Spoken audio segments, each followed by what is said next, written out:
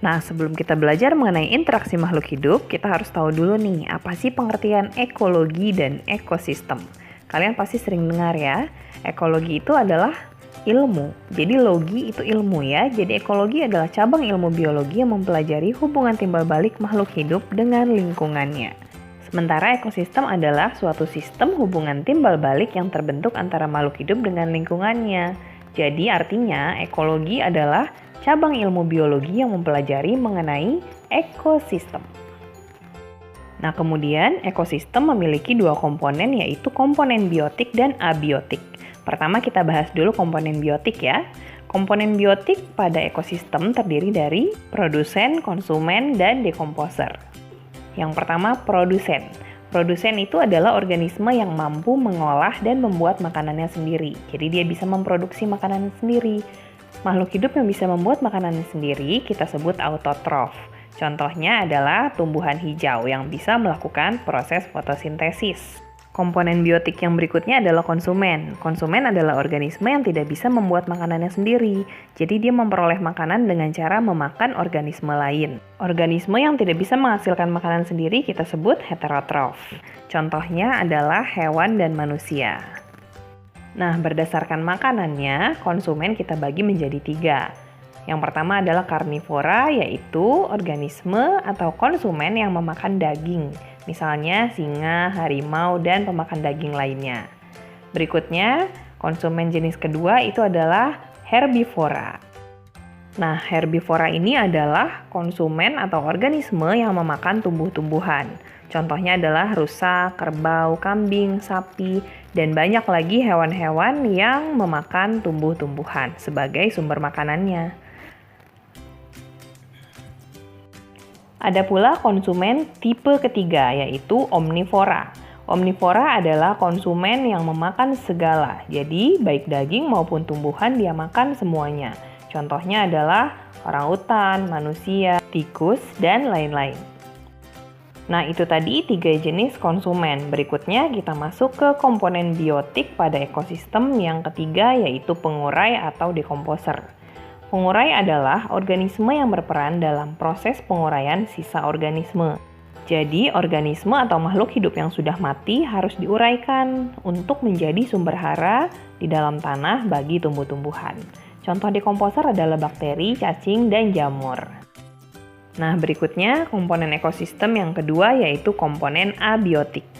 A dalam biologi artinya tidak, bio itu hidup. Jadi komponen abiotik berarti komponen yang bukan berupa makhluk hidup. Jadi komponen abiotik ini benda tak hidup tetapi sangat berperan penting dalam kehidupan semua makhluk hidup yang ada di ekosistem. Contohnya adalah sinar matahari berfungsi penting sekali untuk proses fotosintesis. Ada pula air, di mana air ini berfungsi untuk minuman bagi para konsumen dan juga berperan penting sebagai bahan baku untuk proses fotosintesis. Juga bisa untuk tempat tinggal hewan yang hidupnya di perairan. Ada pula komponen abiotik berupa udara. Ya, udara ini dibutuhkan untuk bernapas bagi makhluk hidup. Semua makhluk hidup membutuhkan udara, khususnya oksigen untuk proses pernapasan. Selain itu, kita juga membutuhkan faktor abiotik lain berupa tanah.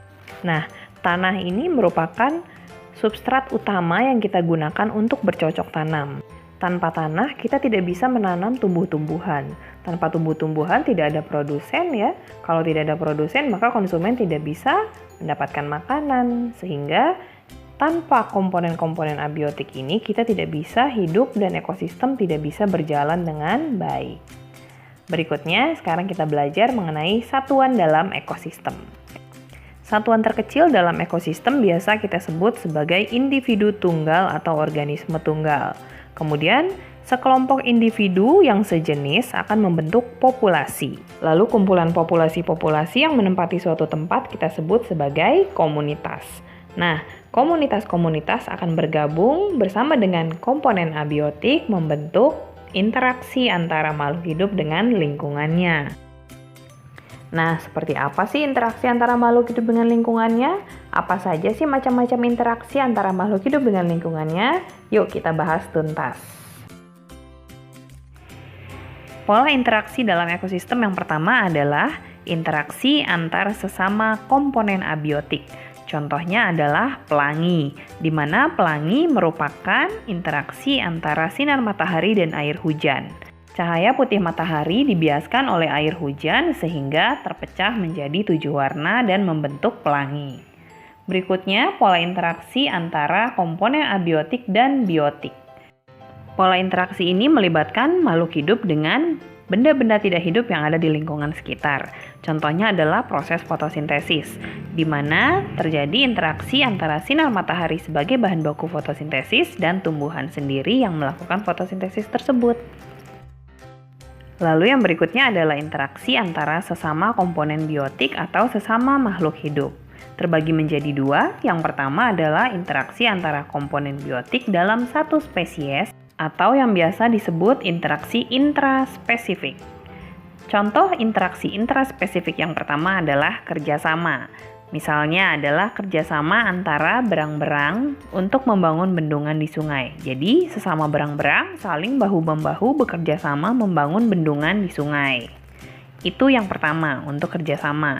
Lalu ada lagi interaksi intraspesifik yang kedua yaitu kompetisi.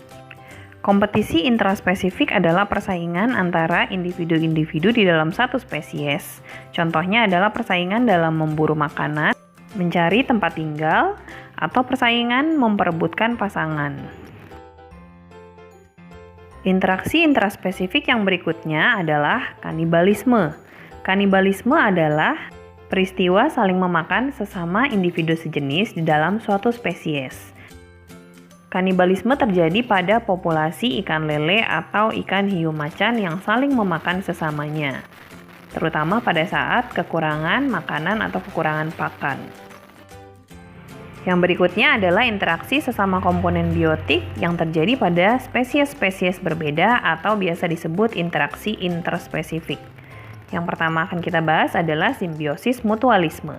Simbiosis mutualisme adalah interaksi antara dua spesies berbeda yang saling menguntungkan. Contohnya adalah pada anemon laut dan ikan badut.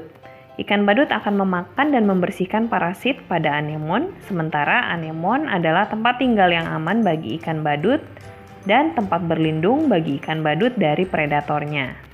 Interaksi interspesifik yang berikutnya adalah simbiosis komensalisme, yaitu interaksi antara dua individu yang berbeda spesies, di mana yang satu mendapatkan keuntungan, sementara yang lainnya tidak dirugikan dan tidak juga diuntungkan. Contohnya adalah antara ikan hiu dan ikan remora. Ikan remora akan memakan sisa-sisa makanan ikan hiu dan mendapatkan perlindungan sehingga aman dari predatornya. Sementara ikan hiu tidak dirugikan dan juga tidak pula diuntungkan dengan keberadaan ikan remora. Selanjutnya, masih interaksi interspesifik yang berikutnya adalah simbiosis parasitisme, yaitu interaksi antara dua individu berbeda spesies, di mana yang satu akan dirugikan sedangkan yang lainnya mendapatkan keuntungan. Misalnya adalah pada nyamuk dan manusia atau pada kutu dan manusia. Nyamuk akan mendapatkan keuntungan dengan menggigit dan menghisap darah manusia sebagai sumber makanannya, sementara manusia mendapatkan kerugian karena gigitan nyamuk akan menimbulkan rasa gatal dan dapat menjadi perantara penularan berbagai macam penyakit. Masih banyak lagi contoh simbiosis mutualisme, komensalisme, dan parasitisme. Kalian bisa cari lagi contoh lainnya adik-adik ya. Berikutnya, interaksi interspesifik yang berikutnya adalah predasi, yaitu pola interaksi yang melibatkan pemangsa dan mangsa. Jadi, ada dua individu berbeda jenis, di mana yang satu menjadi pemangsa, yang satu menjadi mangsa. Contohnya adalah pada singa dan rusa, di mana singa bertindak sebagai pemangsa atau sebagai predator, dan rusa sebagai mangsanya. Ada pula interaksi interspesifik yang biasa kita sebut netralisme, yaitu interaksi antara dua individu berbeda jenis yang tidak mempengaruhi satu sama lain. Contohnya adalah pada kambing dan unggas, di mana meskipun kambing dan unggas hidup berdampingan, tetapi mereka tidak saling menguntungkan atau merugikan satu sama lain. Ada pula interaksi interspesifik yang biasa disebut antibiosis, yaitu interaksi antara makhluk hidup satu dan lainnya, di mana makhluk yang satu menghambat pertumbuhan makhluk hidup lainnya. Contohnya adalah pada jamur penicillium yang menghasilkan antibiotik dan dapat menghambat pertumbuhan mikroorganisme lainnya, atau pada rumput dan pohon pinus yang menghasilkan zat alelopati yang menghambat pertumbuhan tumbuhan lainnya. Selanjutnya kita akan membahas mengenai rantai makanan. Rantai makanan adalah suatu peristiwa perpindahan energi melalui proses makan dan dimakan.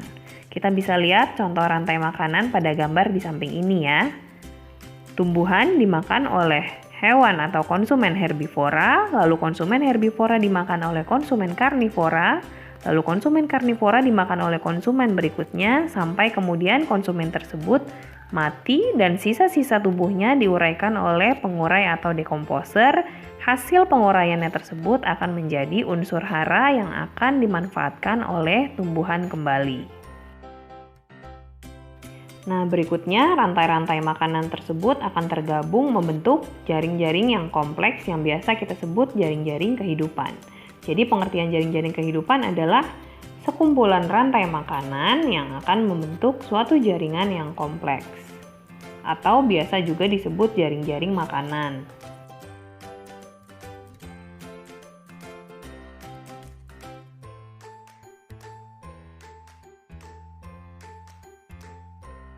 Ada pula yang biasa disebut sebagai piramida makanan. Piramida makanan sesuai dengan namanya berbentuk piramida. Pengertian piramida makanan adalah piramida yang menggambarkan produsen dan konsumen dalam suatu ekosistem.